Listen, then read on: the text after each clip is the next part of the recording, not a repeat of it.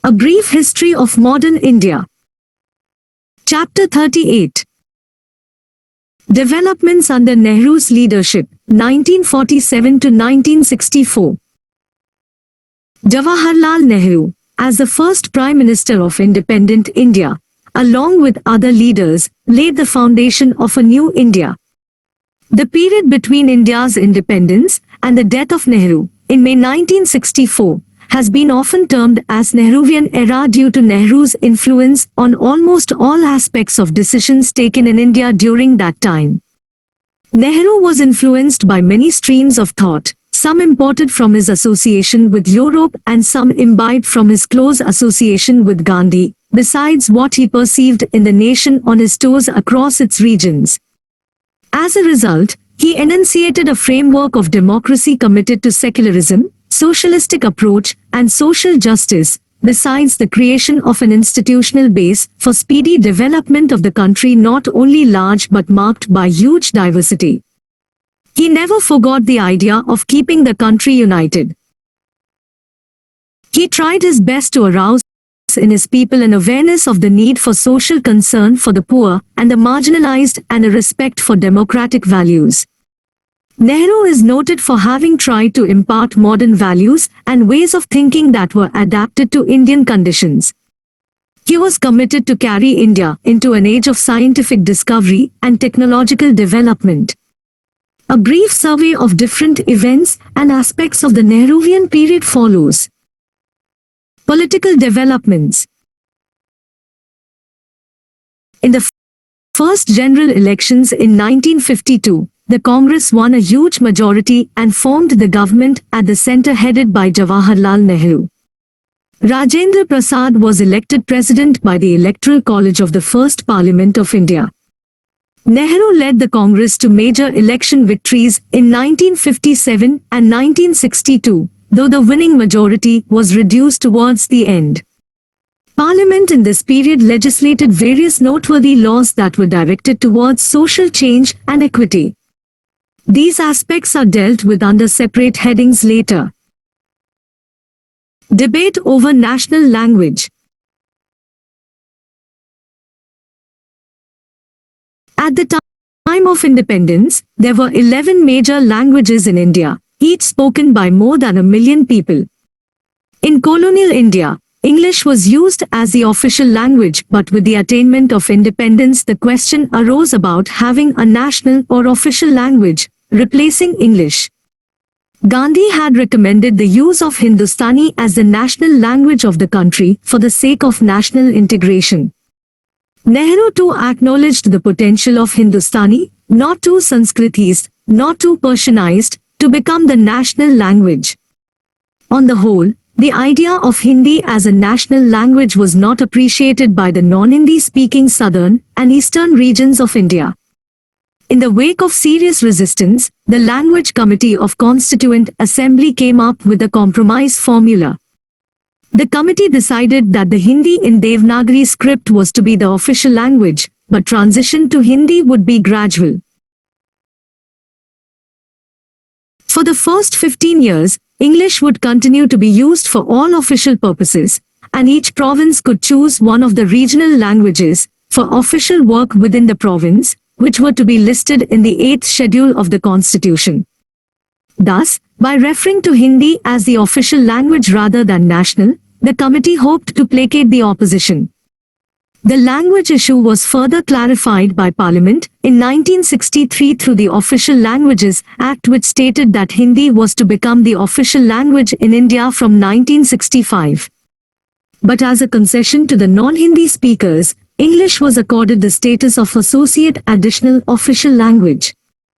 Despite this, among non-Hindi speakers, especially in South India, the resentment against Hindi continued, and in late 1964 and in early 1965, violent demonstrations erupted over the language issue.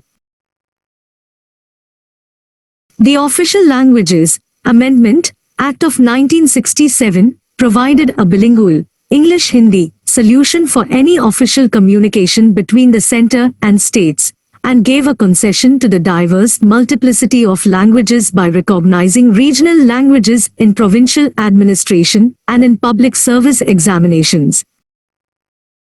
Linguistic reorganization of the states. The demand for reorganization of the states on the basis of language was an outcome of linguistic pluralism in India. The demand surfaced immediately after independence.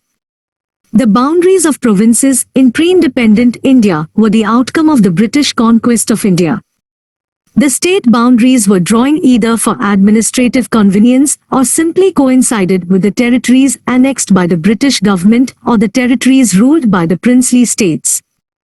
The Congress in its 1920 session in Nagpur had made efforts to recognize regional linguistic identities and divided India into 21 linguistic units for its organizational setup.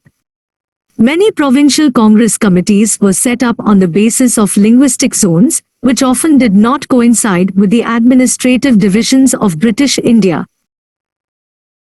However, when demands for the linguistic reorganization of the provinces came up in the Constituent Assembly in 1946 and after independence, the national leadership under the Congress opposed it on the ground of national unity.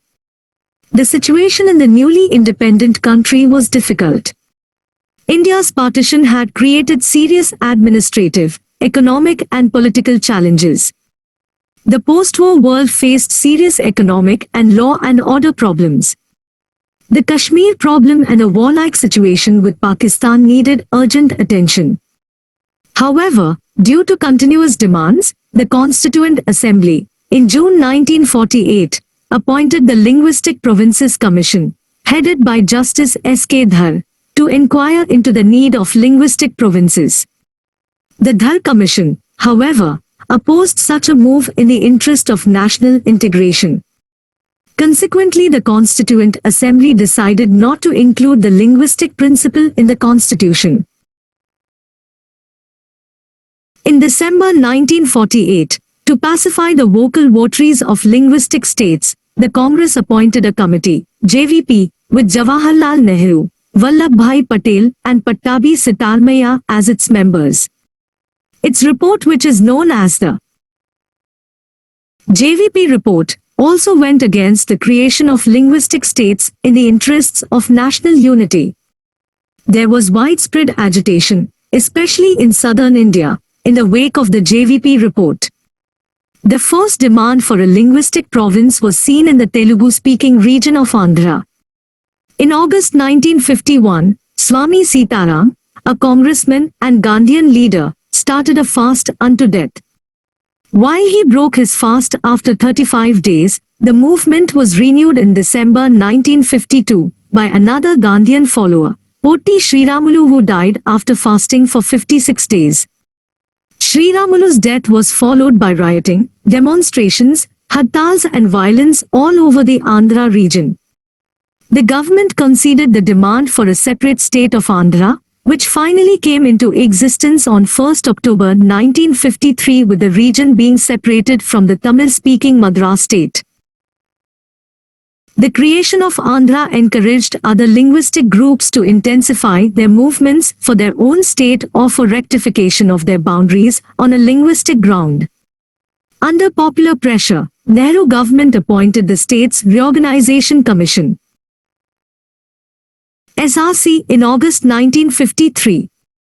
The commission, comprising Justice Fazl Ali, K.M. Panikkar, and Hridyanath Kunzuru as members, submitted its report in October 1955. Its recommendations were accepted with some modifications and implemented quickly. In November 1956, the States Reorganization Act was passed, which provided for 14 states and 6 centrally administered territories, but many of these states still contain sizable linguistic minorities and regional economic disparities. The Telangana region of Hyderabad state was merged into Andhra. Kerala was formed by merging the Malabar district of the old Madras Presidency with Travancore Cochin. Bombay state was enlarged further by merging the states of Kutch and Saurashtra and the Marathi-speaking regions of Hyderabad state. The Mysore state was enlarged by adding Kannada-speaking areas of adjoining states, Bombay, Madras, Hyderabad and Coorg.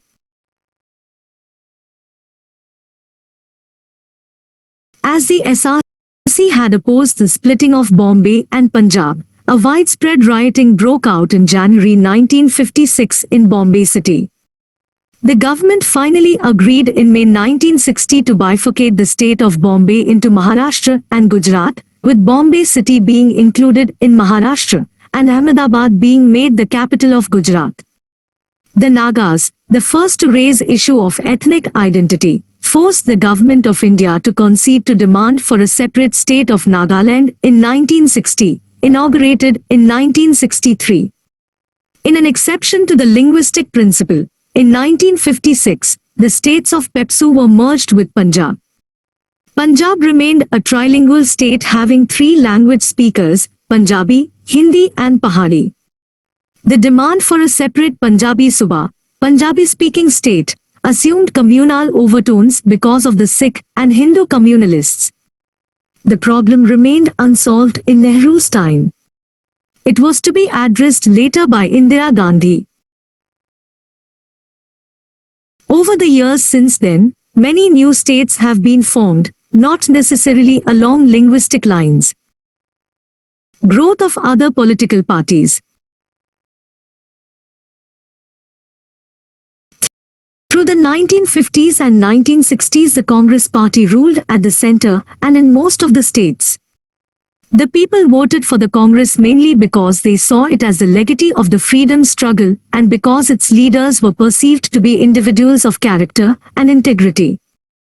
Perhaps the first time people exercised their right of choice for a party other than the Congress was when they voted the Communists into power in Kerala in 1957.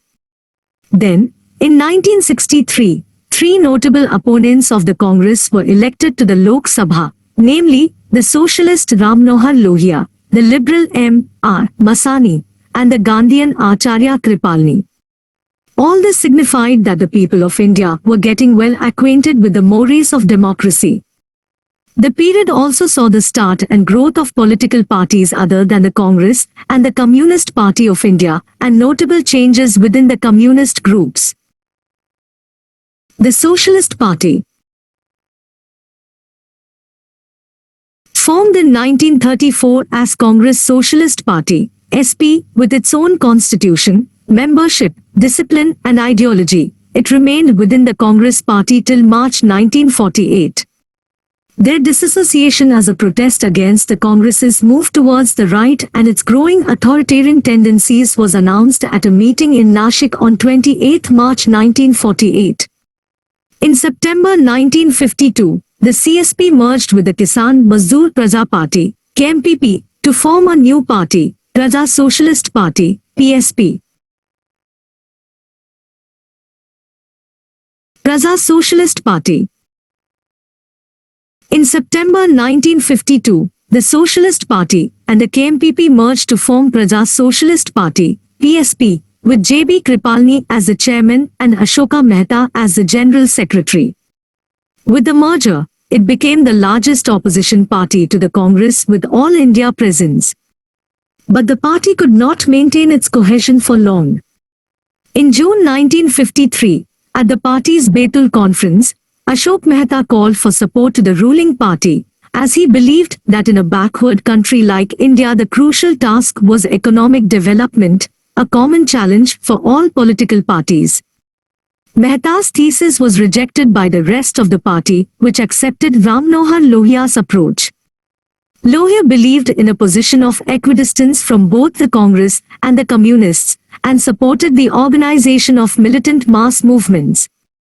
Lohia and his group left the PSP at the end of 1955.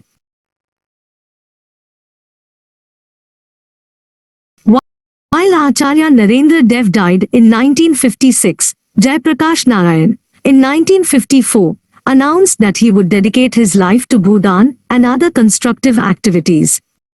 In 1957, after the general elections, Jayaprakash Narayan left active politics, declaring that party politics was not suitable for India and campaigned for partyless democracy. Kripalani, in 1960, left the party too, and 3 years later, Ashok Mehta agreed to become the deputy chairman of the Planning Commission.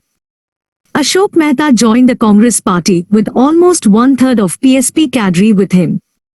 Lohia formed the Socialist Party, which in 1964 merged with the PSP to form the Sanyukt, or United, Socialist Party, SSP.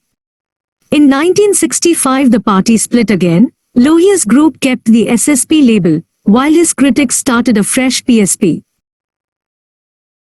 The Communist Party. In the period following independence, the official stand taken by the Communist Party of India towards the changing socio-political dynamics went through alterations. It first accepted India's independent foreign policy, though it still considered the government to be an agent of imperialism. It later went on to accept India had become a sovereign republic but also felt its policies were pro-capitalist and anti-people. The Communists would offer a democratic front to replace the Congress Party. In 1958, at its Amritsar meeting, the party declared that it was possible to advance to socialism through peaceful and parliamentary means. And, if the party came to power, it would grant full civil liberties including the right to oppose the socialist government and the socialist system through constitutional mechanisms. Then, in 1961, at Vijayawada, it was decided to follow a policy of struggle as well as unity towards Congress. Progressive policies were to be supported while struggle against other policies were to continue. Split in CPI within the party. There were several differences on issues like attitude towards the Soviet critique of Stalin, Russia-China ideological differences, and Sino-India War of 1962. Some communists supported the government fully against the Chinese invasion, while others, though opposed to the Chinese stand on the question of India-China frontiers, also opposed the unqualified support to the Nehru government because of its class character. The Sino-Soviet ideological split also witnessed a great deal of resonance on the Indian communists, many sympathetic to the Chinese position. In fact, the Chinese call which asked the revolutionary elements in the communist parties of the world to distance themselves from those supporting the revisionist Soviet line, had great influence on the Indian communists. In 1964, the party got divided into CPI, representing the earlier right and centrist trends, and CPM, or the Communist Party, Marxist, representing the earlier left trend. The CPM believed that the Indian state was being ruled by big bourgeoisie who collaborated with foreign finance capital and hence have to be destroyed.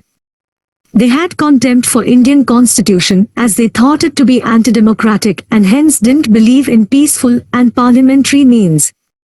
For them, an agrarian revolution coupled with an armed struggle led by working class and the CPM was necessary to bring changes in the social relations. Bharatiya Jan Sangh. The Bharatiya Jan Sangh, founded on 21st October 1951, was based on right-wing ideology. According to Bipin Chandra, the Jan Sangh was a communal party, and to understand its basic character and politics, the genesis of the Rashtriya Swayamsevak Sangh.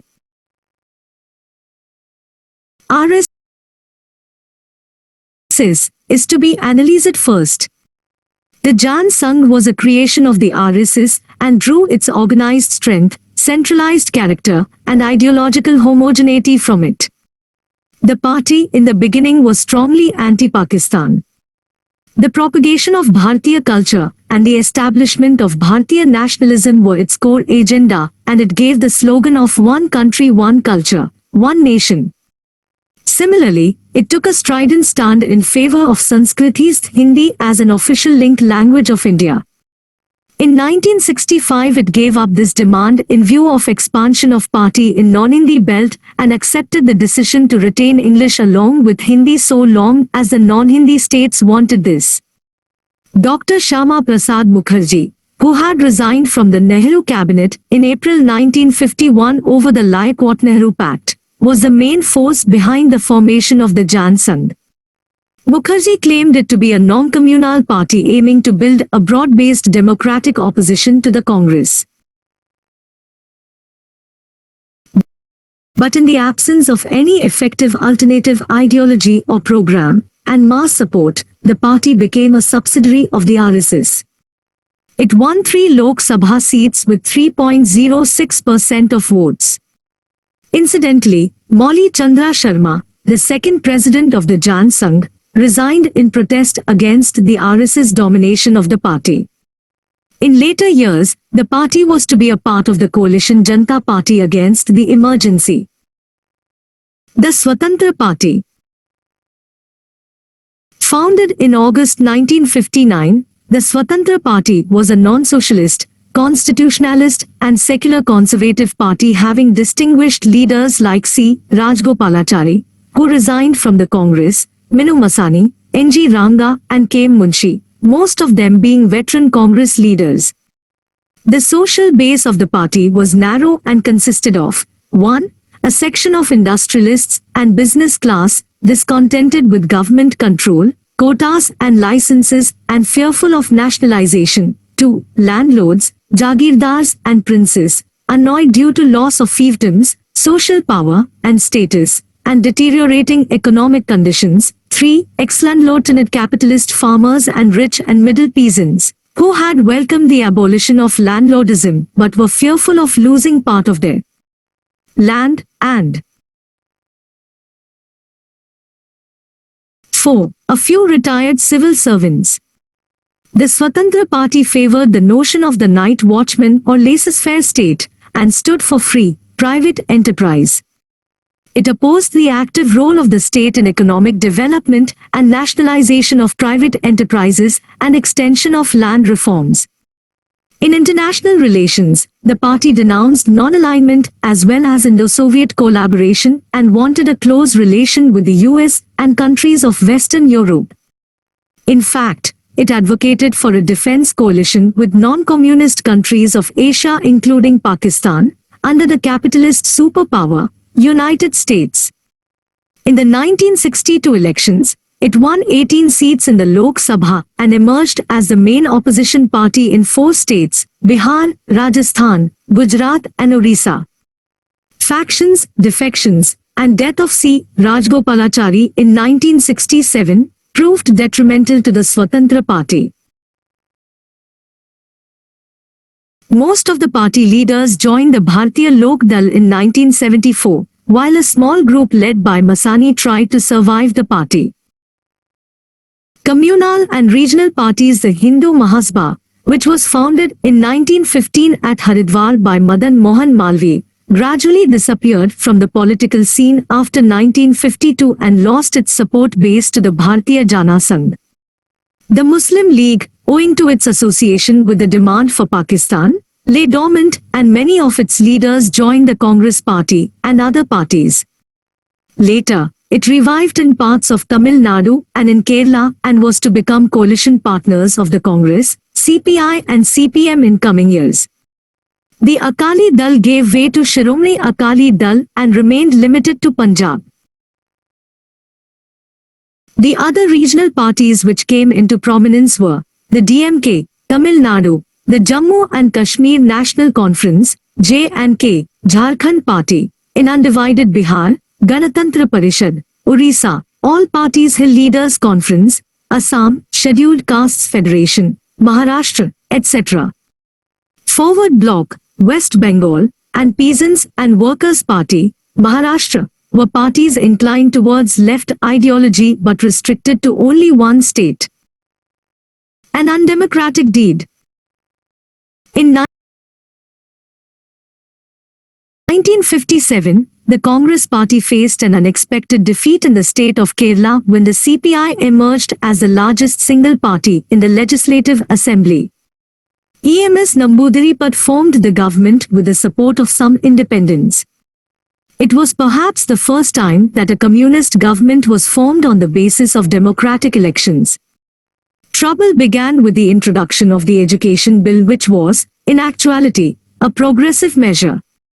It was vehemently opposed by the Catholic Church in the state, which ran several educational institutions and saw the bill as an encroachment on its power. Seeing in this situation an APT opportunity, the local Congress party members who had lost in the elections organized statewide protests. There were strikes as well. The government resorted to lathi charges and firing. Several persons were jailed. Nehru, though he had little objection to the education bill, maintained a neutral front in public. He admonished the state government for its excessive use of force even as he tried to rein in the Congress workers. But he failed to change anything on the ground. In the end, he succumbed to pressure from within and outside his party and advised the dismissal of the EMS government and imposition of President's rule in Kerala in July 1959. A democratically elected government was thus, for the first time in independent India, dismissed under emergency powers. Concept of planning for economic development. Nehru believed in effective planning through the democratic process for extensive land reforms, industrialization, and development of various infrastructural facilities like power plants, transport projects, irrigation dams, etc. In his ideas on economic development, he was not in favor of Gandhi's ideas. So he envisaged the state intervening in the economy and guiding its growth and acting directly to promote the welfare of the population. Nehru, together with several national leaders, were fascinated with the success of economic planning in the Soviet Union in the 1930s and 1940s. The genesis of the Planning Commission could be traced to the National Planning Committee established in 1938 by Congress and the Bombay Plan of 1944. The Planning Commission, an extra-constitutional body, was set up in March 1950 by a simple resolution of the Government of India. The body was assigned the task of economic planning in the form of 5-year plans. The Prime Minister, himself, was the ex officio chairman of the commission. The National Development Council, NDC, which was to give final approval to the plans, was established on 6 August 1952. The first 5-year plan, 1951 to 1956, based on Harrod-Domar model, sought to get the nation's economy out of the cycle of poverty.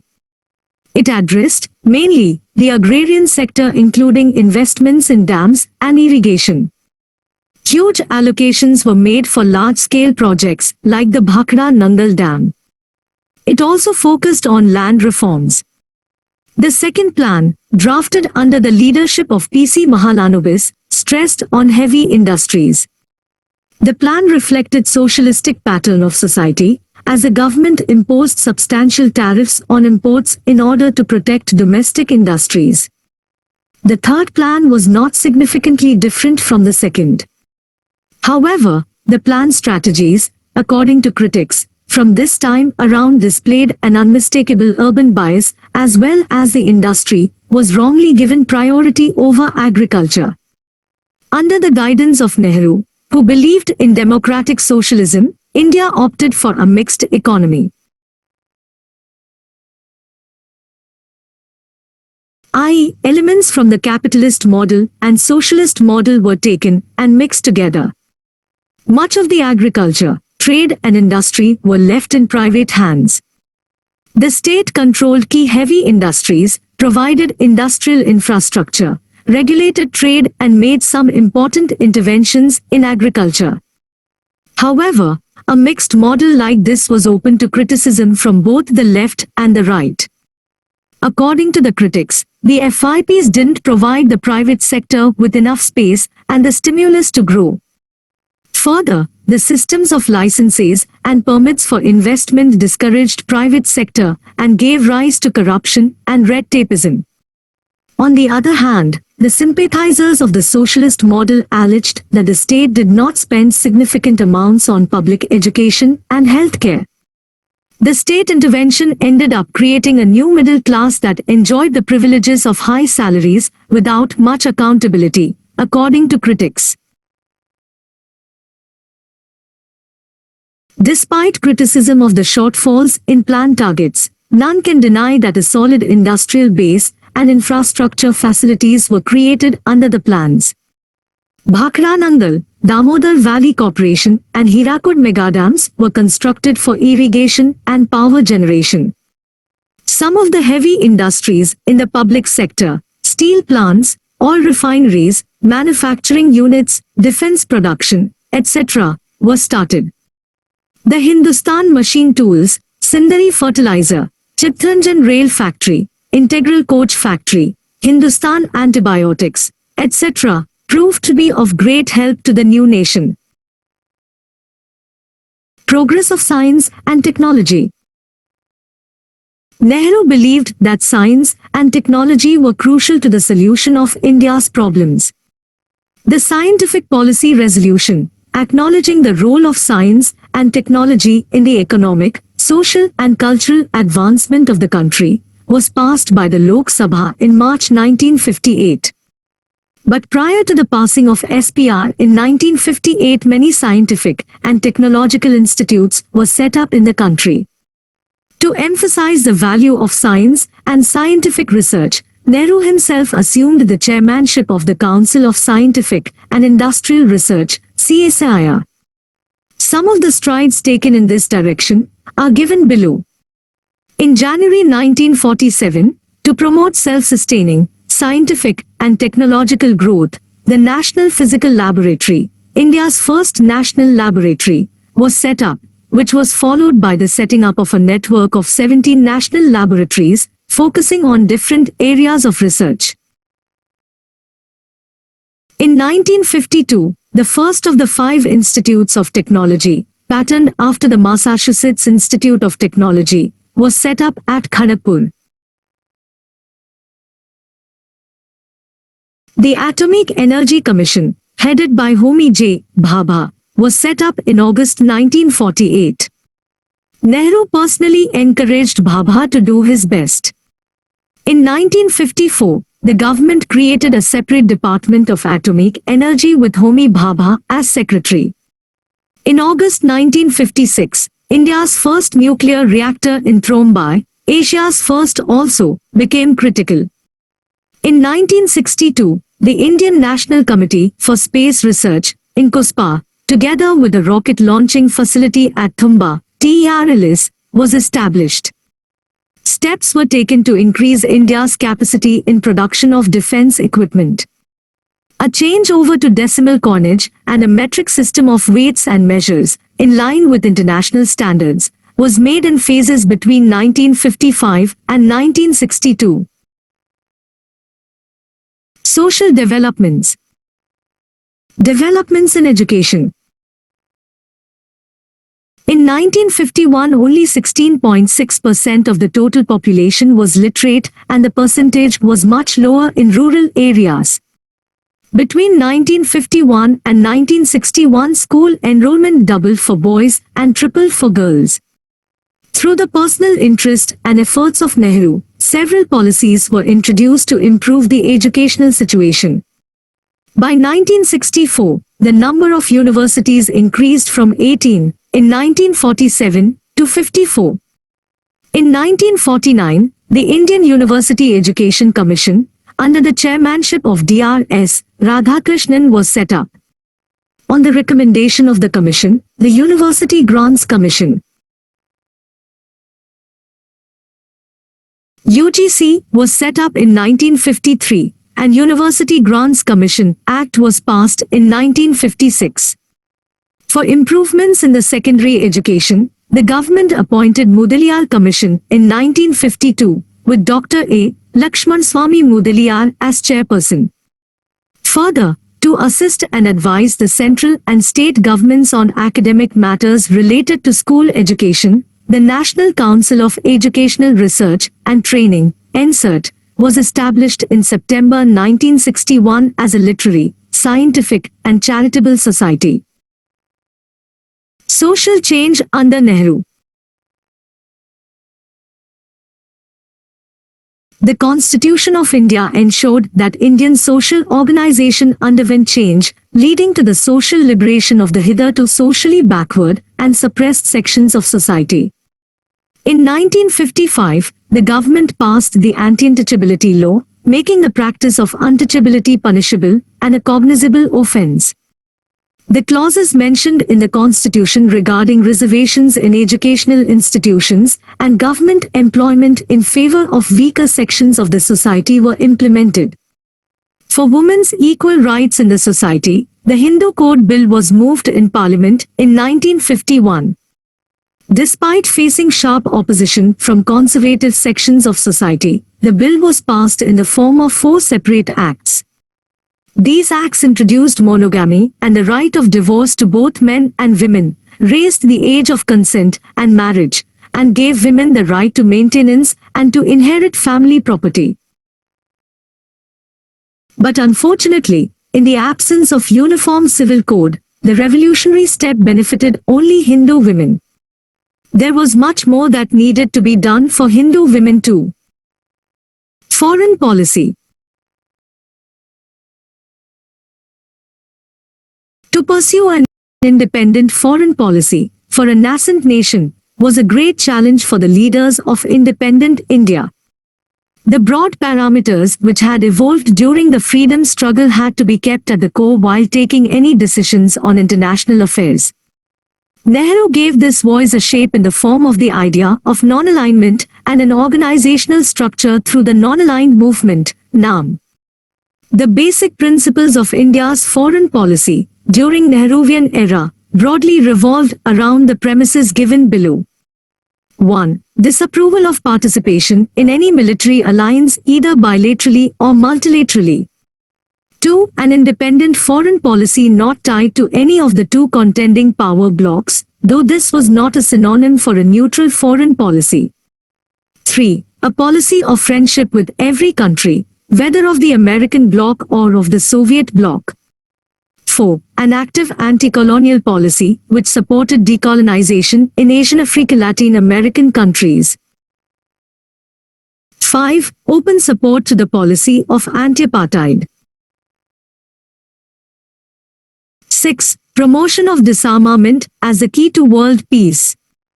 The basic principles of non-alignment and NAM have already been discussed at length in the chapter, The Evolution of Nationalistic Foreign Policy.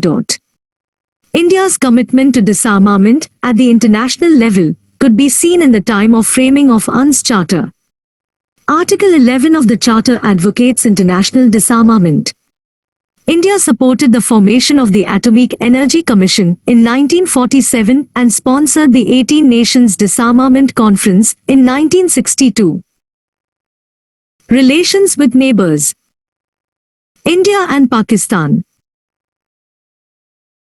The unnaturalness and artificiality of partition impelled Pakistan to try and establish its identity independent of India, of which it was till 1947 a part by geography, history, tradition and culture. Pakistan, since its birth, has the aspiration for achieving parity with India in all fields. Thus, Pakistan started competing with India at all international fora and used all kinds of means to acquire prominence. Kashmir issue. Pakistan refused to accept Kashmir's accession to India on 26 October 1947. In response to the Pakistan-sponsored tribal attack, India, supported by the local population under Sheikh Abdullah, undertook a swift military action.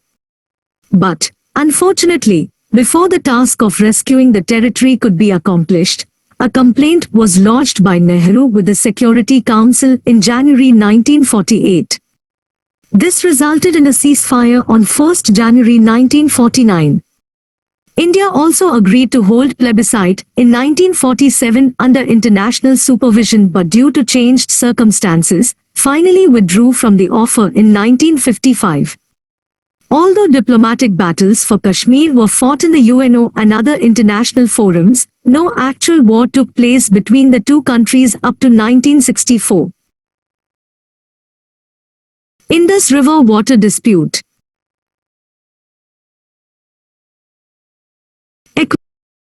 Equitable sharing of the waters of the Indus system had been an issue of discord since partition. The partition gave India 5 million of the 28 million acres of land irrigated by the Indus. Most of the waters of the western parts of the Indus system went into the Arabian Sea. Some canals in Pakistan depended on the eastern rivers flowing through the East Punjab, India, for supplies. The headworks of some vital canals in Pakistan come within the Indian territory. The successive governments in Pakistan blamed India for any calamity created by natural factors like droughts and floods in Pakistan. So, under the guidance of the World Bank, an interim agreement on canal waters was signed on 17 April 1959.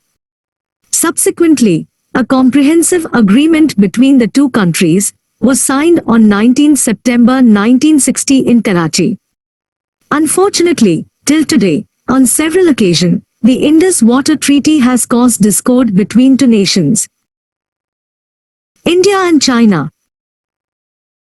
One of the first countries with which independent India established diplomatic relations was the nationalist government of China led by Chiang Kai-shek. When the nationalist government was overthrown by the communists in 1949, India was once more among the first countries to recognize the new government led by Mao Tse-tung. India consistently supported the efforts of the People's Republic of China to get admitted to the United Nations. But the results of all these efforts proved frustrating for India. Developments in Tibet and Panchsheel. The Chinese army entered Tibet in 1950 and occupied it. India, apart from sharing about 2,000 miles of frontier in the Tibet region, had inherited several rights and obligations over Tibet from the British rule. However, to maintain peace, Nehru in 1954 concluded an agreement with China, which formalized the Chinese occupation of Tibet. The agreement is popularly known as Panchsheel. In 1959, a popular uprising took place in Tibet against Chinese dominance. Though the upsurge was suppressed by China, the religious head of Tibet, Dalai Lama, fled and took asylum in India. Taking this as an excuse, China in 1959 occupied Longju and 12,000 square miles of Indian territory in Ladakh. This followed a series of protest notes, memorandums, and aid memoirs being exchanged between the two countries. In the next move, China laid claims on large parts of Indian territories, after which the Chinese Prime Minister, Chun Lai, came to New Delhi in April 1960 to negotiate border disputes. Official teams of the two countries also visited each other, but no agreement could be reached and the border dispute continued. Sino-India War, 1962. In October 1962, China attacked India in NEFA, Arunachal Pradesh, and Ladakh. Thus, a war between the two countries started, which ended in a military debacle for India. The Chinese had a geographical advantage as well as superior arms. Nehru turned to the USA and Britain for help. The Western powers, the USA as well as Britain, pledged support to India and were already flying arms to India. In November 1962, China made a unilateral declaration of its withdrawal. But China continued its occupation of a large chunk of Ladakh, a much coveted strategic link between Xinjiang and southern China. India's diplomatic efforts to pressurize China to return the territories yielded no results.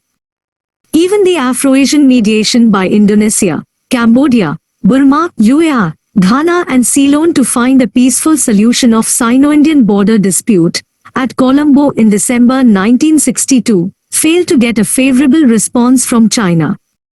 In 1964, China tested its first nuclear explosion, further alarming India. Consequences of Sino-Indian War. 1. The war gave a big blow to the self-respect of India. 2. The policy of non-alignment came under question. 3. The Congress lost 3 parliamentary by-elections in a row and Nehru had to face the first no-confidence motion of his life. 4. The third five-year plan was badly affected as resources were diverted for defense. 5. India's foreign policy took a change. As the US and the UK had responded positively in the crisis, they were to be considered in future. US intelligence agencies developed links in the name of countering the Chinese threat and even planted a nuclear-powered device in the Himalayas.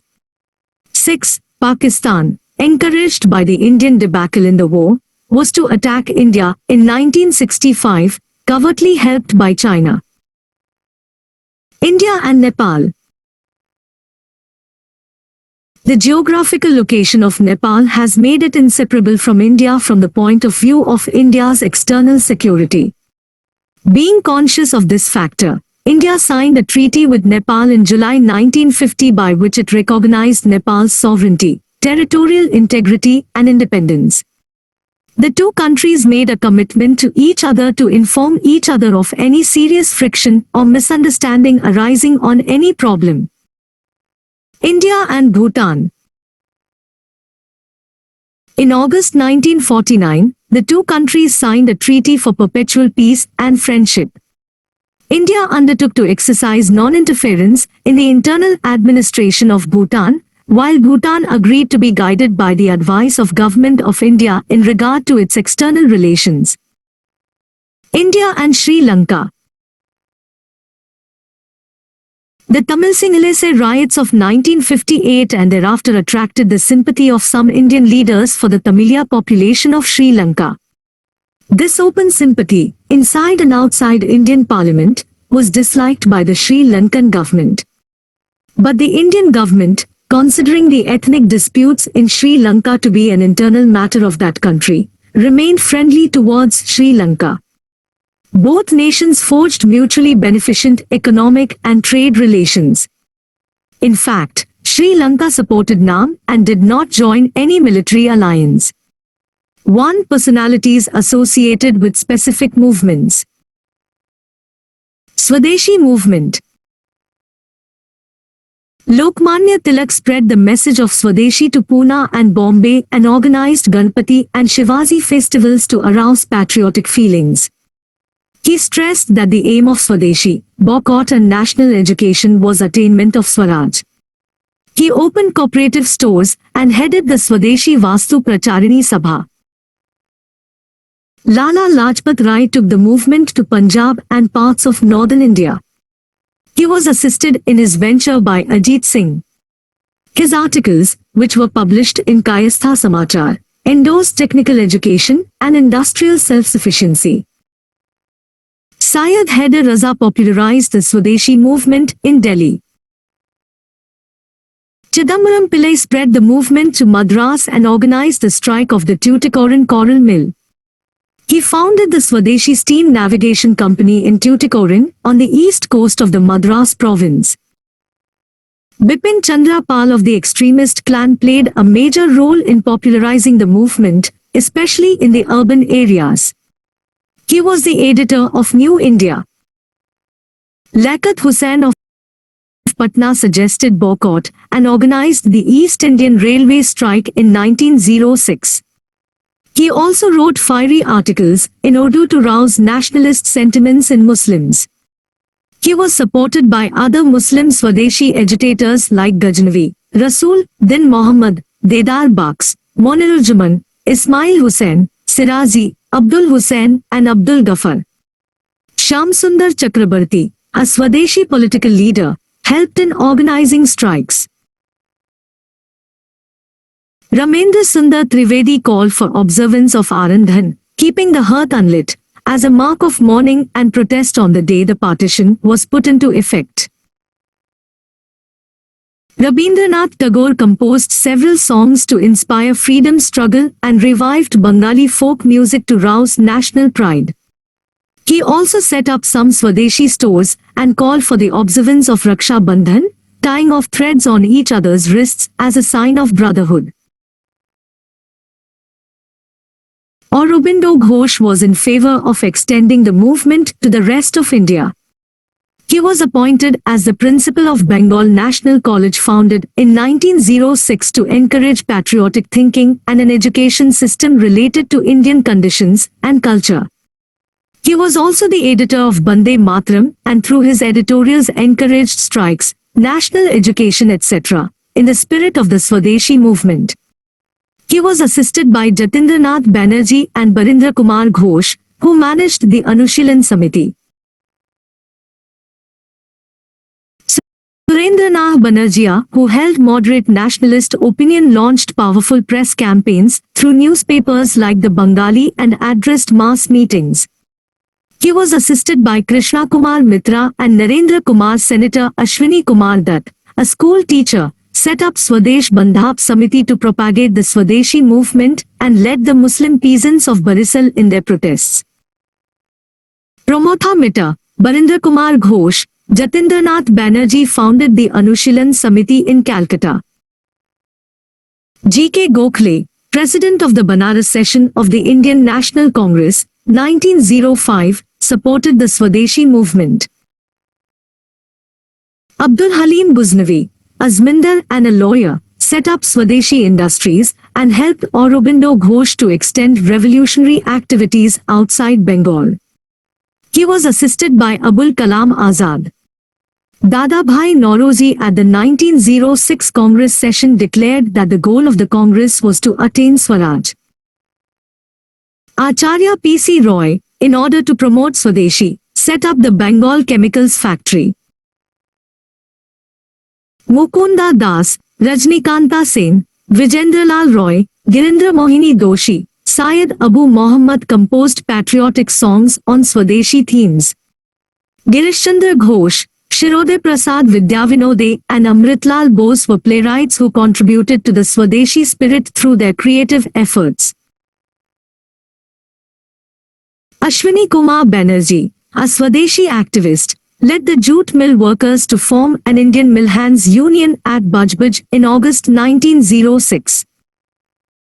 Satish Chandra Mukherjee through his Dawn Society promoted an education system under indigenous control.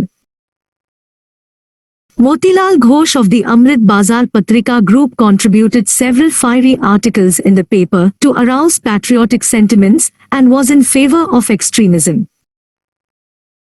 Brahmbandhab Upadhyay through his Sandhya and Yugantar, brought out by a group associated with Barindra Kumar Ghosh, popularized Swaraj and the Swadeshi movement.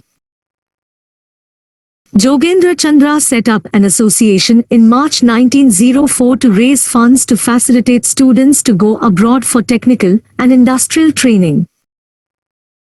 Manindra Nandi, a Zmindar from Kasim-Bazar, patronized several indigenous industries.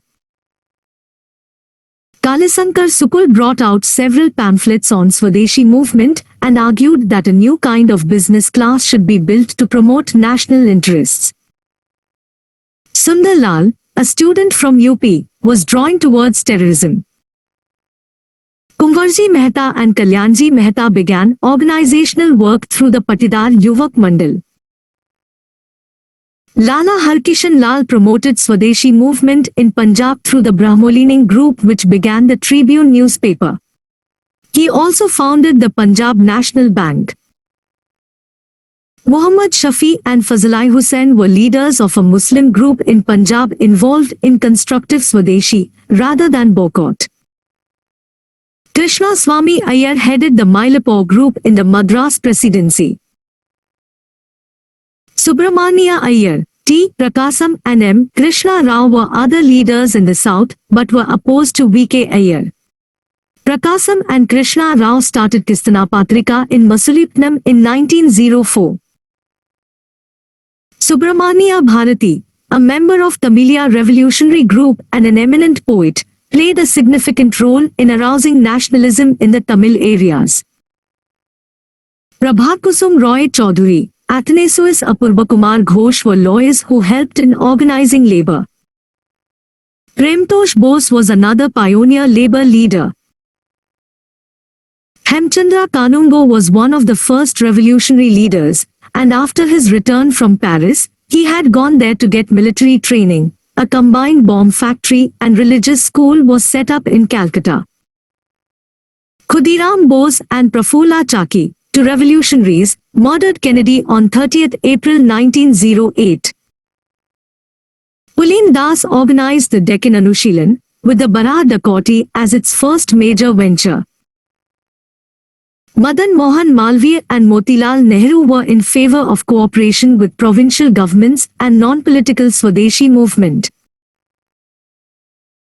Sachindranath Sanyal emerged as a revolutionary leader in Banaras through contacts with Mokhodacharan Samadhyay, the editor of Sandhya after the death of Braham Bandha.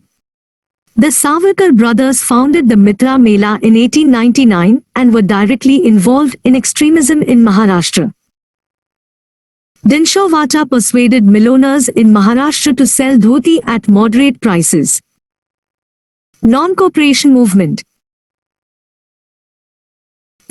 M.K. Gandhi issued a manifesto in March 1920, announcing his doctrine of non-violent non-cooperation movement. He was the main force behind the movement and urged the people to adopt Swadeshi principles and habits including hand spinning, weaving and work for removal of untouchability. He addressed lakhs of people during his nationwide tour in 1921. He suspended the movement after an outburst of violence at Chauri Chaura in UP in February 1922.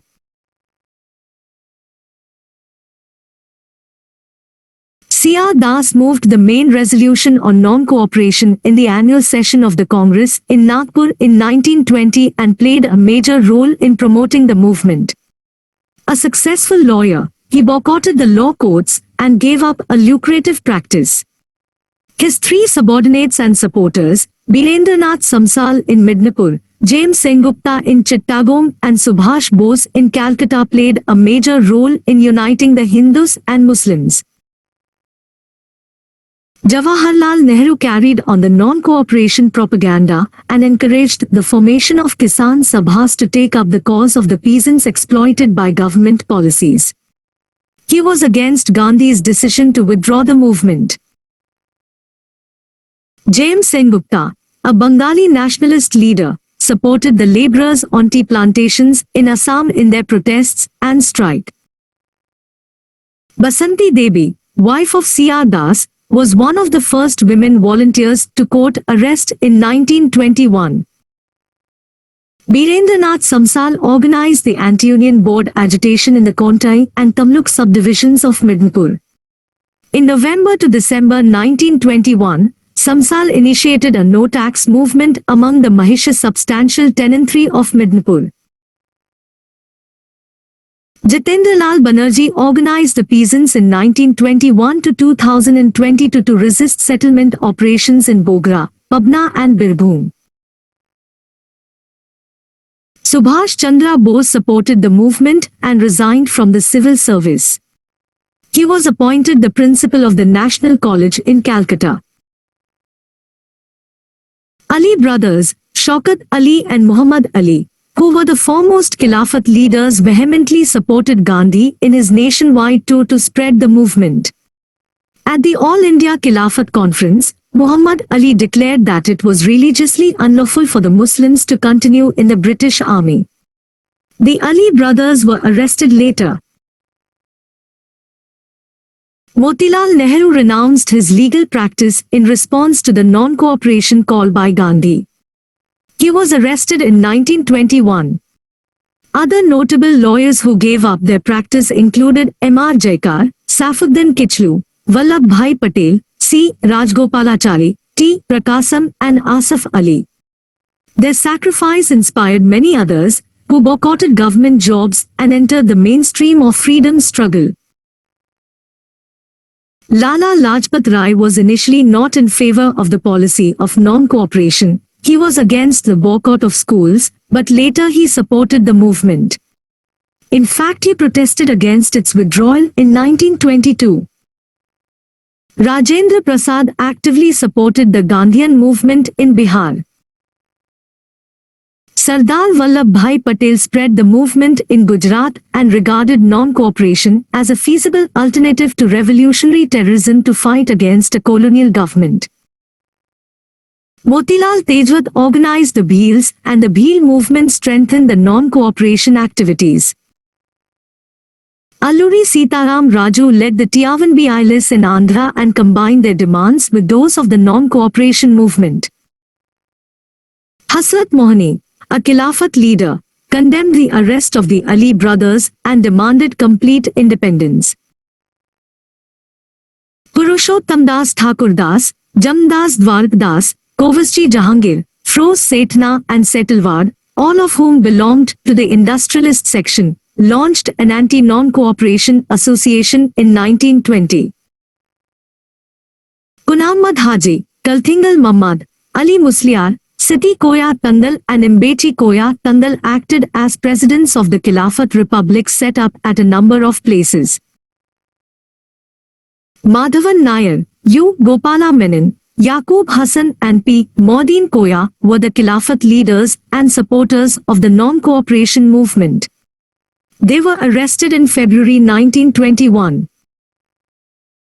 Muhammad Usman, another Khilafat agitator, organized volunteer groups and trade unions in Calcutta. Swami Vishwanand, supported by Ranjas Agrawala, a Marwari mine owner, and Swami Darsananand organized the coal miners of the Raniganj Jharia belt for the non-cooperation movement. Kishan Singh and Mota Singh called for no revenue movements and headed the Babbar Akali group, which emerged as a dissident of Shiromani Gurudwara Prabandhak Committee in 1921 in Jullundur and Hoshiarpur. Jayamdas Daulatram was a close associate of Gandhi and promoted the non-cooperation movement.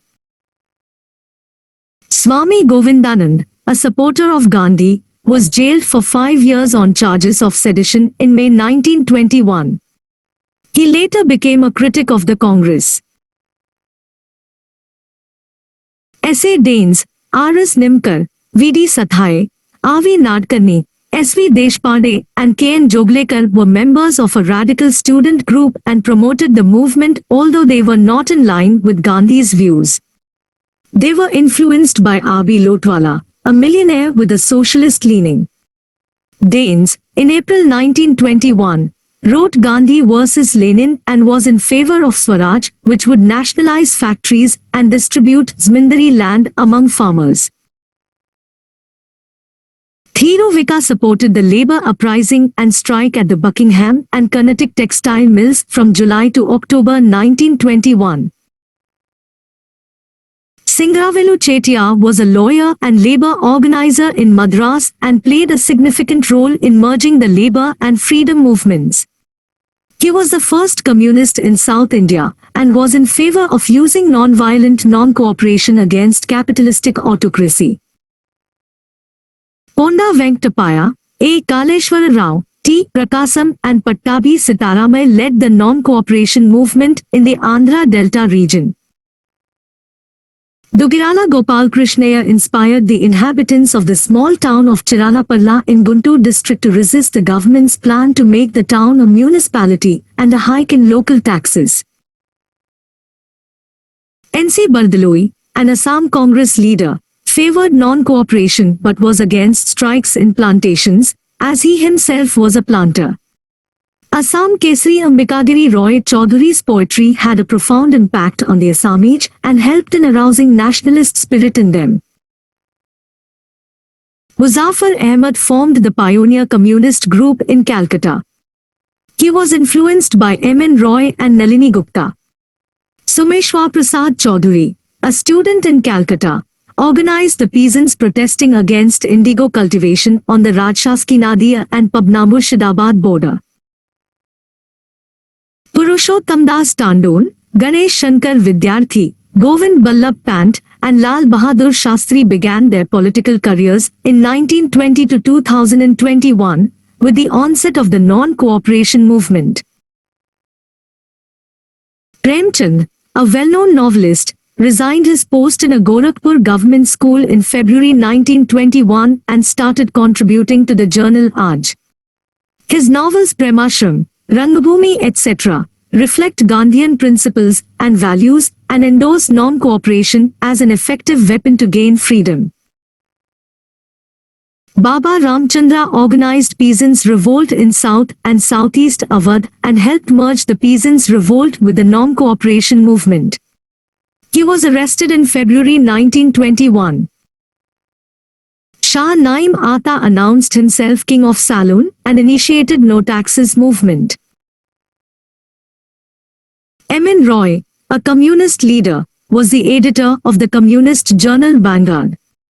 He condemned the Sessions Court's sentence to death to 172 of the 225 accused in the Chauri Chaura incident. Later, 19 were hanged and the rest transported, as against 22 policemen killed. Bhagwan Ahir, an army pensioner in Gorakhpur village, was beaten up by the British police. The incident flared up nationalist sentiments in the village, which then led to the killing of 22 policemen in Chauri Chaura by the peasants. Civil disobedience movement. M.K. Gandhi formally launched the civil disobedience movement on 6 April 1930 by picking a handful of salt after the completion of historic Dandi march from Sabarmati Ashram to Dandi, thus breaking the salt law imposed by the government. He was the major force behind the movement and inspired grassroots participation in the freedom struggle. Rajgopalachari led a salt march from Trichinopoly to Vedranyam on the Tanjore coast in Tamil Nadu, in support of the civil disobedience movement. He was arrested on 30 April 1930. Yellappan, a Nayar Congress leader, launched the Vaikam Satyagraha and marched from Calicut to Payanir in defiance of salt laws. Jawaharlal Nehru was actively involved in the movement and was arrested on 17 April 1930 for defiance of the salt law. He formulated a radical agrarian program and suggested formation of the Constituent Assembly as the prime political slogan. Krishna Pillai defended the national flag and resisted lathi charge on the Calicut beach on 11 November 1930. He later founded the Kerala Communist Movement. Khan Abdul Ghaffar Khan formed a clan of non-violent revolutionaries, the Khudai Khidmatgars, known as Red Shirts, who played an active role in the movement.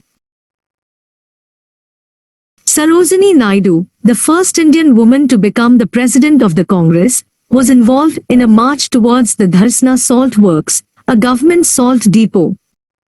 Other leaders who participated in this total non-violent affair were Imam Sahib, Gandhi's comrade of the South African struggle, and Manilal, Gandhi's son. Surya Sen's Chittagong revolt group carried out a raid onto armories and declared the establishment of a provisional government.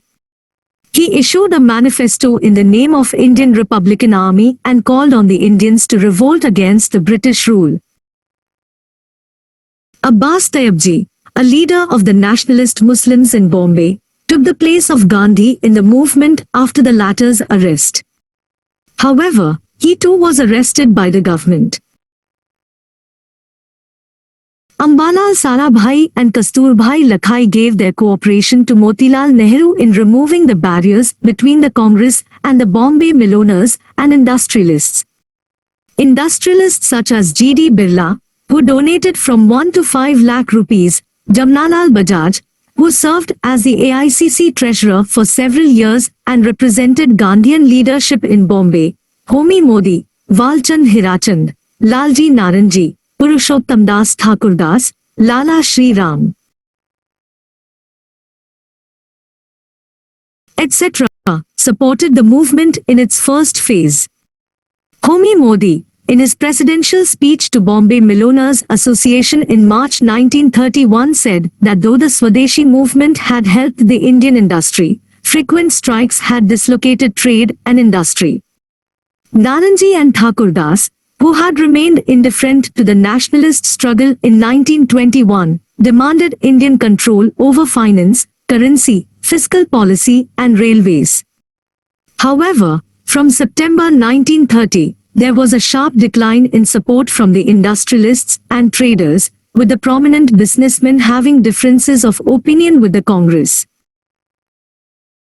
Chandraprabha Sekyani instigated the aboriginal Kachari villagers in Assam to break forest laws. Subhash Bose and J.M. Sengupta led the faction group in Bengal Congress and set up rival organizations to conduct civil disobedience. Bose criticized Gandhi when the latter suspended the movement in May 1933. He was supported by Vithalbhai Patel. Banga Majhi and Somra Majhi led the movement in Hazaribagh along the Sanskriti Singh lines with the Congress. Kalka Prasad, a local leader in Rai Bareli, promoted the Norant campaign. Santi and Suniti Chaudhary assassinated the district magistrate of Tipura, Stevens. Their action marked the entry of women in the revolutionary movement. Seth Achal Singh, a nationalist landlord, financed the Gram Seva Sangh in Agra and remained indifferent to riots in the area, while strictly following the policy of non-violence. Sheikh Abdullah, a Muslim graduate, started an agitation and attacked the Srinagar jail on 31 July 1931, where 21 persons were killed in police firing. He also developed close contacts with a group of anti-autocratic Jammu Hindus led by P.N. Bajaj. Muhammad Yasin Khan, a Muslim leader in Punjab, organized the Meos, semi-tribal peasant community with leanings towards Islam, to protest against Maharaja Jai Singh Savai's hike in revenue, Begar, and reservation of forests for the purpose of hunting. K.M. Ashraf, who became India's first Marxist historian, was associated with the movement. Pandit Madan Mohan Malviya, who was an upholder of Gandhian policies since 1920s, began to drift away with the launch of Harijan campaign by Gandhi. He started a breakaway Congress Nationalist Party.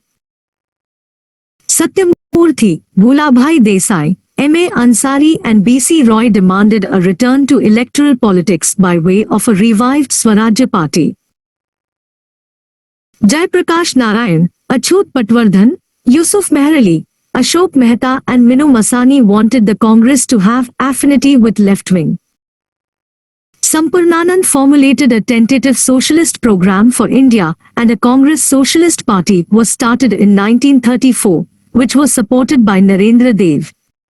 K.F. Nariman and Yusuf Meher Ali led the Congress youth wing and later emerged as socialist leaders. Swami Govindanand led the movement in Karachi and Sindh. N.V. Gadgil with his socialist leanings lent support to a temple entry movement in 1929 and established friendly ties with the non-Brahman Satyashodhak Samaj, represented by Keshwarao Jedhe of Pune. B.R. Ambedkar, who was the leader of the untouchable Mahars, attended the Round Table Conference in 1930. However, the Congress failed to win over the political agitation of the Mahars. Gopbandhu Chaudhary popularized the movement in Orissa and led the salt satyagraha in the coastal areas of Balasore, Cuttack and Puri districts. Karunaram Phukan and N.C. Bardoloi, two prominent Congress leaders, were against the movement in Assam. They refused to take up forest satyagraha officially. Jadunandan Sharma activated the Kisan Sabha movement in Gaya district of Bihar. Dugirala Balramakrishnaya of the Krishna district initiated a no-revenue campaign in 1931 in coastal Andhra. He also wrote a Telugu ballad Gandhi Gita which aroused patriotic sentiments. N.V. Rama Naidu and N.C. Ranga organized a forest satyagraha in Venkatagiri estate in Nellore in 1931. A.K. Gopalan, a school teacher, was a popular activist at Guruvur in Kerala and later became Kerala's most popular communist peasant leader. Mannu Gond and Chaitu Koiku offered forest satyagraha in Betul in central provinces. Maulana Bhasni organized a large Praja Sammelan at Sirajganj and demanded abolition of Smindari and reduction in debts. B.T. Randeve and S.V. Deshpande in Bombay and Abdul Halim, Somnath Lahiri and Rane Sen in Calcutta were the young communist militants who organized several labor strikes. V.B. Karnik, Manabin Kara, Rajani Mukherjee and Niharendu Datta were other leaders who started trade union activities. M.N. Roy and his followers popularized socialist ideas in the villages, and a no tax campaign was started in Awadh. Quit India movement. M.K. Gandhi planned an all-out campaign to compel British withdrawal from India after the failure of the Cripps mission to reach a compromise. At the historic August meeting at Gowalia Tank in Bombay, Gandhi proclaimed his mantra, "Do or die." He was arrested on 9 August 1942. He undertook a 21-day fast in February 1943 to protest against the government actions against Indians involved in the movement. Jayaprakash Narayan was a member of the Congress Socialist Group and played a prominent role in the movement. Ram Manohar Lohia, Aruna Asaf Ali, Sucheta Kripalni, Chotubhai Puranik, Bijo Patnaik, R.P. Goenka and Achyut Patwardhan were leaders associated with the underground movement and revolutionary activities in support of Quit India movement. Chittu Pandey, who called himself a Gandhian, formed a parallel government and captured all the 10 police stations in Balia, in East UP in August 1942. Usha Mehta actively supported the movement and was an important member of a small group which ran the Congress radio. Jawaharlal Nehru initially supported the arch moderates, who were opposed to Gandhi's plan, but later, he moved the Quit India resolution on 8 August 1942. Sumati Morarji helped Achyut Patwardhan in his underground activities.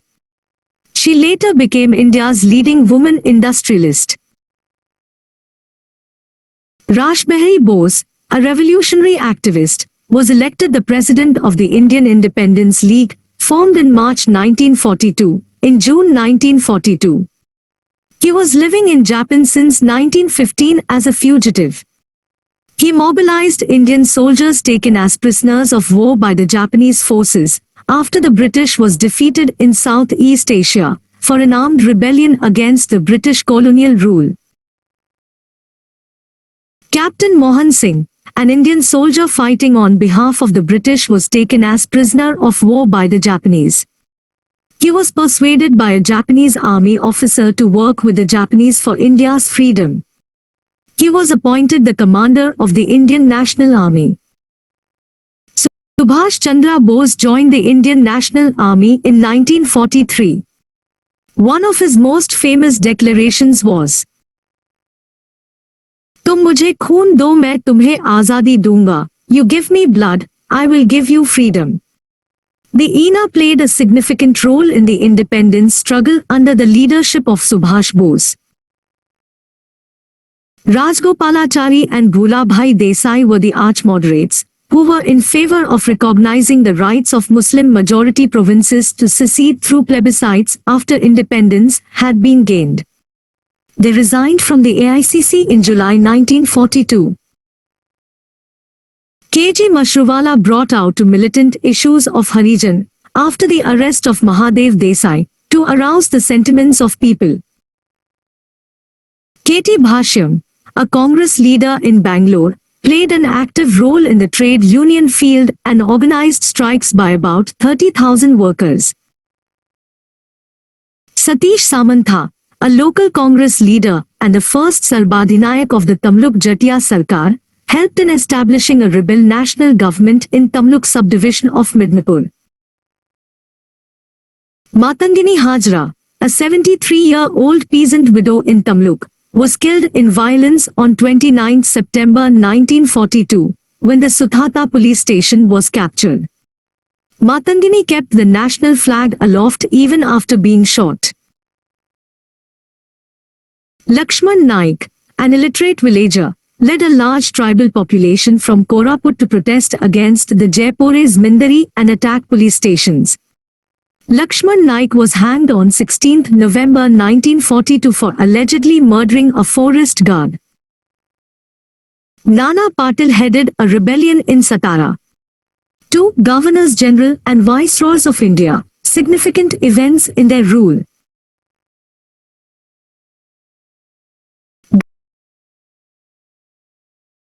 Governors General 1. Warren Hastings 1773 to 1785. 1. Regulating Act of 1773. 2. Act of 1781, under which the powers of jurisdiction between the Governor-General in Council and the Supreme Court at Calcutta were clearly divided. 3. Pitt's India Act of 1784. 4. The Rohilla War of 1774. 5. The First Maratha War in 1775 to 1982 and the Treaty of Salbai in 1782. 6. Second Mysore War in 1780 to 1984. 7. Strained relationships with Chat Singh, the Maharaja of Banaras, which led to Hastings' subsequent impeachment in England. 8. Foundation of the Asiatic Society of Bengal, 1784. 2. Lord Cornwallis 1786 to 1793. 1. Third Mysore War, 1790 to 1992, and Treaty of Seringapatam, 1792. 2. Cornwallis Code, 1793, incorporating several judicial reforms and separation of revenue administration and civil jurisdiction. 3. Permanent settlement of Bengal, 1793. 4. Europeanization of administrative machinery and introduction of civil services. 3. Sir John Shaw 1793 to 1798. 1. Charter Act of 1793. 2. Battle of Kharda between the Nizam and the Marathas, 1795. 4. Lord Wellesley 1798 to 1805. 1. Introduction of the Subsidiary Alliance System, 1798, First Alliance with Nizam of Hyderabad. 2. Fourth Mysore War, 1799. 3. Second Maratha War, 1803 to 2005.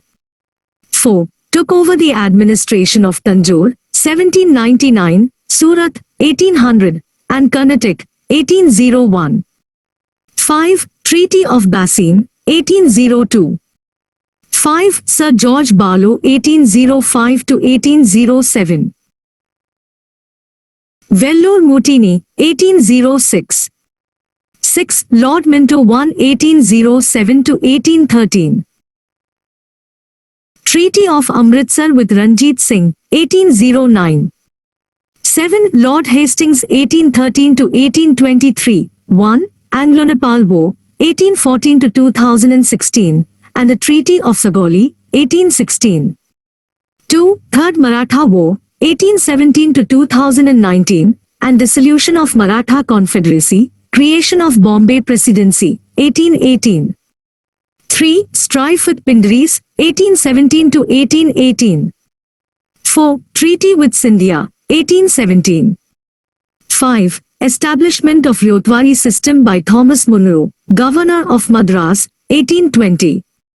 8. Lord Amherst 1823 to 1828. 1. First Burmese War, 1824 to 1826. 2. Capture of Bharatpur, 1826. 9. Lord William Bentinck 1828 to 1835. 1. Abolition of sati and other cruel rights, 1829. 2. Suppression of Thugi, 1830. 3. Charter Act of 1833. 4. Resolution of 1835, and educational reforms and introduction of English as the official language. 5. Annexation of Mysore, 1831, Coorg, 1834, and Central Kutch, 1834. 6. Treaty of Perpetual Friendship with Ranjit Singh. 7. Abolition of the provincial courts of appeal and circuit set up by Cornwallis, appointment of commissioners of revenue and circuit. 10. Lord Metcalfe 1835 to 1836.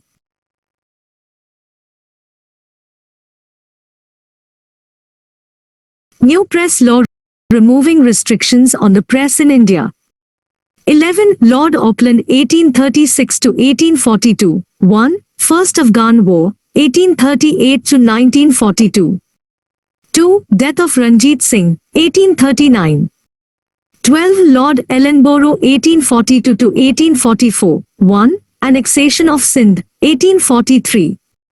2. War with Gwalior 1843. 13. Lord Hardinge 1 1844 to 1848. 1. First Anglo-Sikh War 1845 to 1946 and the Treaty of Lahore 1846. 2. Social reforms including abolition of female infanticide and human sacrifice. 14. Lord Dalhousie 1848 to 1856. 1. Second Anglo-Sikh War 1848 to 1949 and annexation of Punjab 1849. 2. Annexation of Lower Burma or Pegu 1852. 3. Introduction of the doctrine of lapse and annexation of Satara 1848, Jodhpur and Sambhalpur 1849, Udaipur 1852, Jhansi 1853, Nagpur 1854 and Awadh 1856. 4. Woods, Charles Wood, President of the Board of Control, Educational Dispatch of 1854 and opening of Anglo-vernacular schools and government colleges. 5. Railway Minute of 1853 and laying down of first railway line connecting Bombay and Thane in 1853. 6. Telegraph, 4,000 miles of telegraph lines to connect Calcutta with Bombay, Madras and Peshawar, and Postal, Post Office Act, 1854, reforms.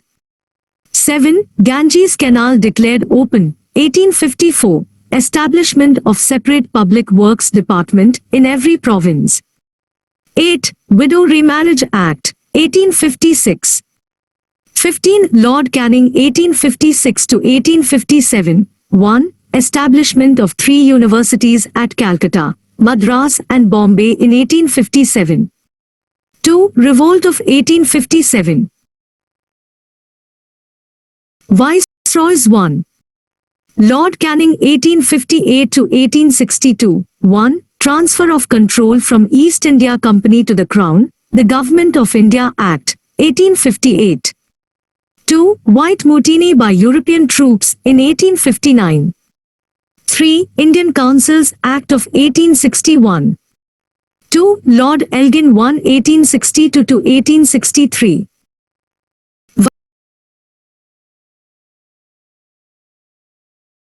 Wahhabi Movement 3. Lord John Lawrence 1864 to 1869. 1. Bhutan War 1865. 2. Setting up of the High Courts at Calcutta, Bombay and Madras 1865. 4. Lord Mayo 1869 to 1872. 1. Opening of the Rajkot College in Kathiawar and the Mayo College at Ajmer for political training of Indian princes. 2. Establishment of Statistical Survey of India. 3. Establishment of Department of Agriculture and Commerce. 4. Introduction of State Railways. 5. Lord Northbrook 1872 to 1876. 1. Visit of Prince of Wales in 1875. 2. Trial of Gaikwar of Baroda. 3. Kuka Movement in Punjab. 6. Lord Lytton 1876 to 1880. 1. Famine of 1876 to 1978 affecting Madras, Bombay, Mysore, Hyderabad, parts of central India and Punjab. Appointment of Famine Commission under the presidency of Richard Strachey, 1878. 2. Royal Titles Act, 1876. Queen Victoria assuming the title of Kaisar-i-Hind or Queen Empress of India. 3. The Vernacular Press Act, 1878. 4. The Arms Act, 1878. 5. The Second Afghan War, 1878 to 1980. 7. Lord Ripon 1880 to 1884.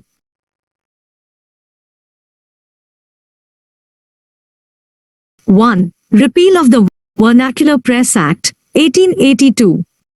2. The First Factory Act, 1881, to improve labor conditions. 3. Continuation of financial decentralization. 4. Government Resolution on Local Self-Government, 1882. 5. Appointment of Education Commission under chairmanship of Sir William Hunter, 1882. 6. The Ilbert Bill Controversy, 1883 to 1984. 7. Rendition of Mysore. 8. Lord Dufferin, 1884 to 1888. 1. The Third Burmese War, 1885 to 1986. 2. Establishment of the Indian National Congress. 9. Lord Lansdowne, 1888 to 1894. 1. Factory Act, 1891. 2. Categorization of civil services into imperial, provisional and subordinate. 3. Indian Councils Act, 1892. 4. Setting up of Durand Commission, 1893, to define the Durand line between India and Afghanistan, now between Pakistan and Afghanistan. A small portion of the line touches India in Pakistan-occupied Kashmir. 10. Lord Elgin to 1894 to 1899.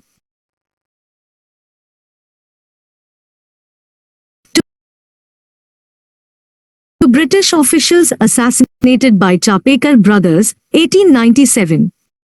11. Lord Curzon, 1899 to 1905. 1. Appointment of Police Commission, 1902, under Sir Andrew Fraser to review police administration. 2. Appointment of Universities Commission, 1902, and passing of Indian Universities Act, 1904. 3. Establishment of Department of Commerce and Industry. 4. Calcutta Corporation Act, 1899. 5. Ancient Monuments Preservation Act, 1904. 6. Partition of Bengal, 1905. 7. Curzon-Kitchener Controversy. 8. Youngus-Band's Mission to Tibet, 1904. 12. Lord Minto to 1905 to 1910. 1. Popularization of anti-partition and Swadeshi movements.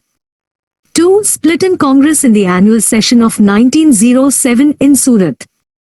3. Establishment of Muslim League by Aga Khan, 1906. 13. Lord Hardinge to 1910 to 1916. 1. Creation of Bengal Presidency, like Bombay and Madras, in 1911. 2. Transfer of capital from Calcutta to Delhi, 1911. 3. Establishment of the Hindu Mahasabha, 1915, by Madan Mohan Malviya. 4. Coronation Darbar of King George V held in Delhi, 1911.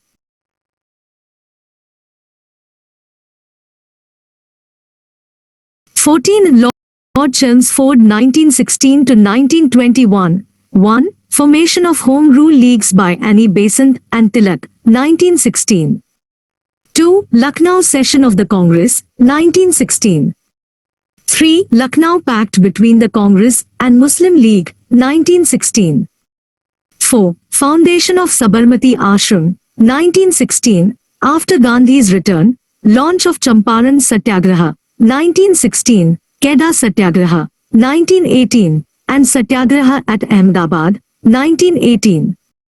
5. Montagu's August Declaration, 1917. 6. Government of India Act, 1919. 7. The Rowlatt Act, 1919. 8. Jallianwala Bagh Massacre, 1919. 9. Launch of Non-Cooperation and Khilafat movements. 10. Foundation of Women's University at Pune, 1916, and appointment of Sadler's Commission, 1917, for reforms in educational policy. 11. Death of Tilak, 1st August 1920. 12. Appointment of S.P. Sinha as Governor of Bihar, the first Indian to become a governor. 15. Lord Reading, 1921 to 1926. 1. Chauri Chaura Incident, 5th February 1922, and the subsequent withdrawal of non-cooperation movement. 2. Mopla Rebellion in Kerala, 1921.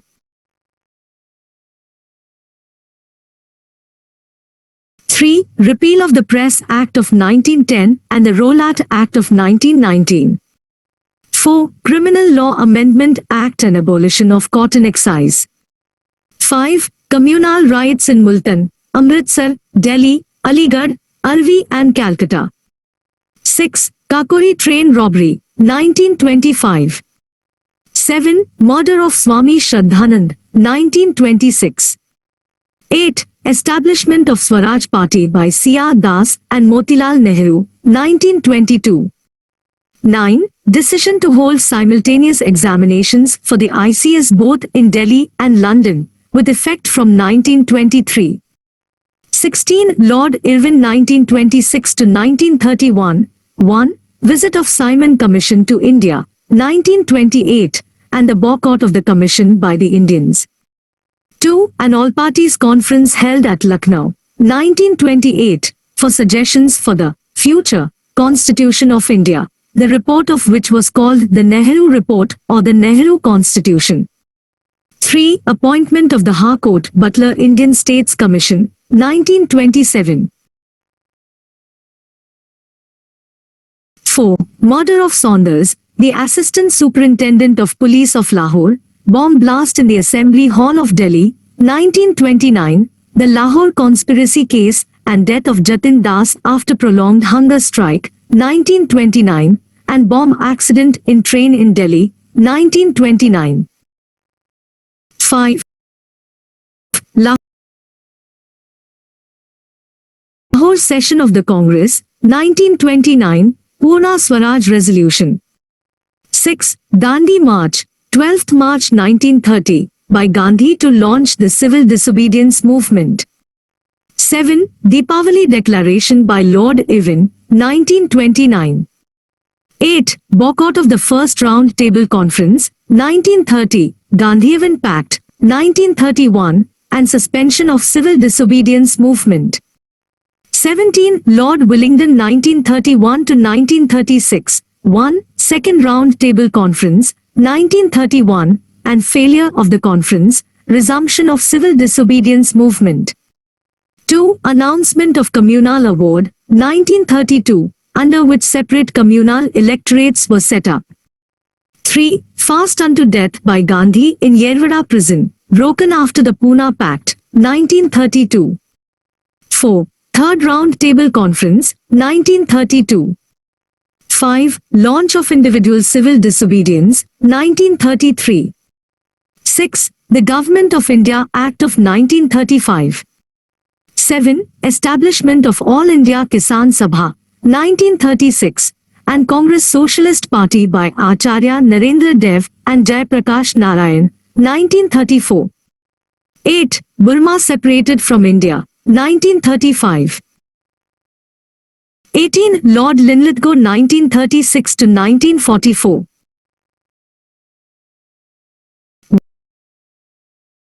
1. First general elections, 1936 to 1937, Congress attained absolute majority.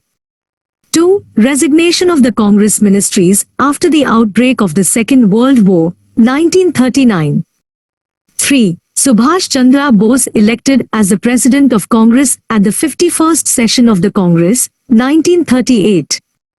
4. Resignation of Bose in 1939 and formation of the Forward Bloc, 1939. 5. Lahore Resolution, March 1940, by the Muslim League, demand for separate state for Muslims. 6. August Offer, 1940, by the Viceroy, its criticism by the Congress, and endorsement by the Muslim League.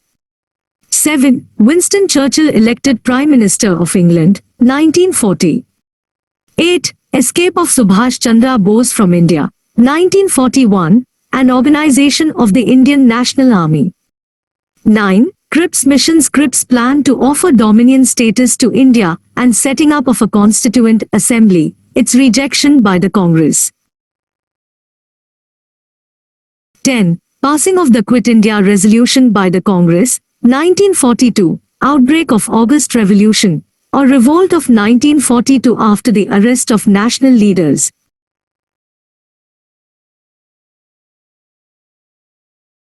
11. Divide and quit slogan at the Karachi session, 1944, of the Muslim League.